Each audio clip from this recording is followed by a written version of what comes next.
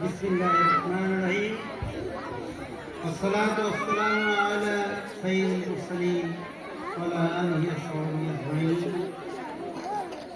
আজকের এই মহতী বার্ষিক ক্রীড়া প্রতিযোগিতা উপস্থিত সম্মানিত প্রিন্সিপাল প্রফেসর রফিউর রহমান সাহেব এবং আমাদের আবু জাফর বাবুভাই, যিনি শুরু থেকে সার্বক্ষণিক প্রত্যেকটা অনুষ্ঠানে এখানে উপস্থিত থাকেন,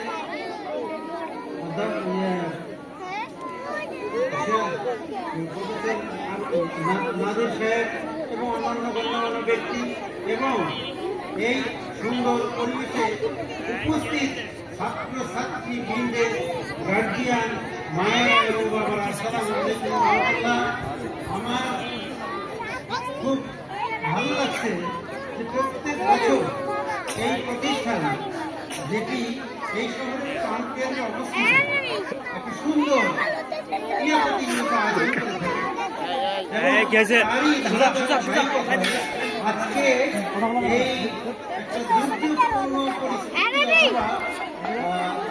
পরিস্থিতির ভিতরে আমি দেখছি যে ম্যাক্সিমাম ছাত্র এবং ছাত্রী উপস্থিত হয়েছে। আনন্দিত হচ্ছি যে তাদের হবে, তারা এখানে অংশগ্রহণ করবে। আমি এখানে কয়েকটি কথা বলতে চাই। যে 15 বছর আমাদের এই দেশে আমাদের শাসক ছিল, সেটাকে অতিক্রম করে আমরা পরিস্থিতিতে এসেছি। এখন মানুষের মাঝে এই চিন্তা জাগ্রত হয়েছে যে না, কোরআন এবং সুন্নাহ ছাড়া আমাদের দেশ জাতি অর্থাৎ সারা বিশ্বকে অগ্রগতির দিকে নিয়ে যাওয়া যাবে না। আমাদের মাঝে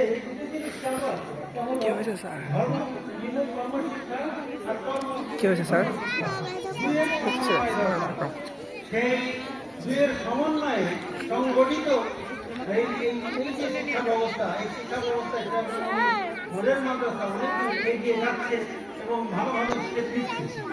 এই জন্য আমি দোয়া করি যেন এই ধারাবাহিকতা বজায় থাকে।